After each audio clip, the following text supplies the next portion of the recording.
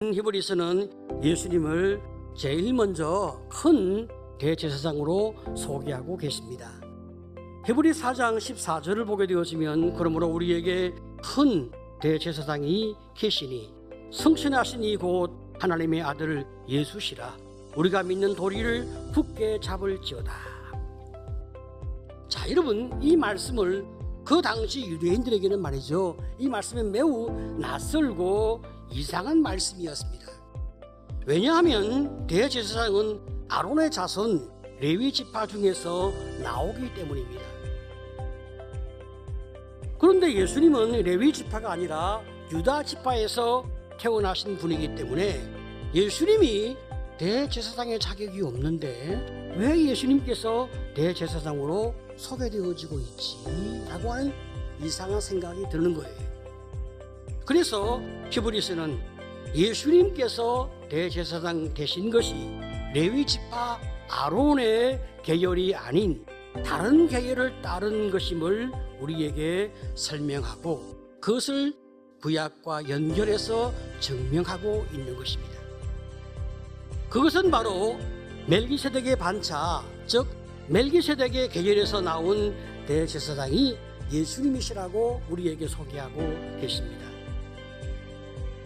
하나님의 제사장인 이 멜기세덱은 아브라함을 축복하고 아브라함은 그가 하나님의 제사장이기 때문에 그에게 11조를 바치는 말씀이 창세기 14장 19절 20절에 소개되어지고 있습니다.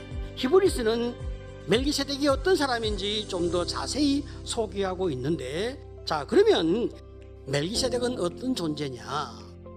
7장 3절은 이렇게 말씀합니다. 아버지도 없고 어머니도 없고 족보도 없고 시작한 날도 없고 생명의 끝도 없어 하나님의 아들과 닮아서 항상 제사장으로 있느니라. 히브리서 7장은 예수님의 대제사장직이 타당하다는 것을 설명하기 위하여 멜기세덱이 레위 제사장보다 우월하다는 것을 계속 확인하고 있고 그것을 위해서 멜기세덱을 강조하고 있는 것입니다. 그 증거를 두 가지로 제시하는데 첫 번째는 11조가 증거고 두 번째는 축복이 그 증거가 되어집니다. 자, 여러분, 아브라함이 말이죠, 멜기세덱에게 11조를 드린 거예요. 멜기세덱이 아브라함과 레위인에게 11조를 받은 셈이니까 멜기세덱이 레위보다 우월한 거죠. 뛰어난 거죠. 멜기세덱이 아브라함이나 레위보다 뛰어난 두 번째 증거가 뭐냐? 축복을 비는 거예요. 축복은 높은 사람이 낮은 사람에게 베푸는 것입니다. 자, 그런데 멜기세덱이 아브라함에게 축복을 베풀었습니다.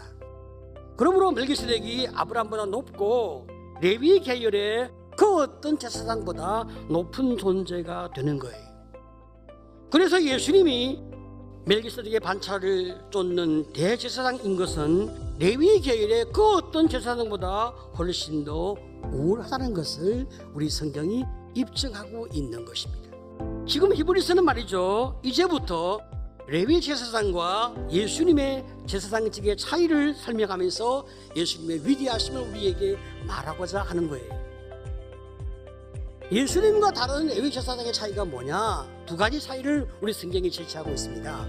첫 번째는 영어성의 차이, 두 번째는 맹세의 차이입니다. 자, 그러니까 우리 예수님은 영원하신 하나님이시니까 예수님의 제사장직은 영원히 바뀌지 않는 특징이 있죠. 그래서 예수님의 제사장직이 그 어떤 레위 제사장 직분보다도 훨씬 우월하다, 그렇게 말씀하고 계신 것입니다. 예수님과 다른 레위 제사장의 차이는 두 번째 맹세의 차이입니다. 하나님의 맹세를 근거로 하여 제사장이 되었습니다. 그런데 하나님의 맹세는 가장 높으신 창조주 하나님께서 죄인된 우리에게 맹세를 하고 계신 거예요. 하나님께서 말이죠, 우리에게 맹세하신 것이 끝이 아니라 맹세에 더하여 보증까지 세워주시는 거예요. 하나님의 맹세에 대한 보증은 누구냐? 예수님이신 거예요. 죄 있는 우리를 위하여 하나님이 맹세하시고 그 아들의 목숨으로 보증을 세우시는 거예요.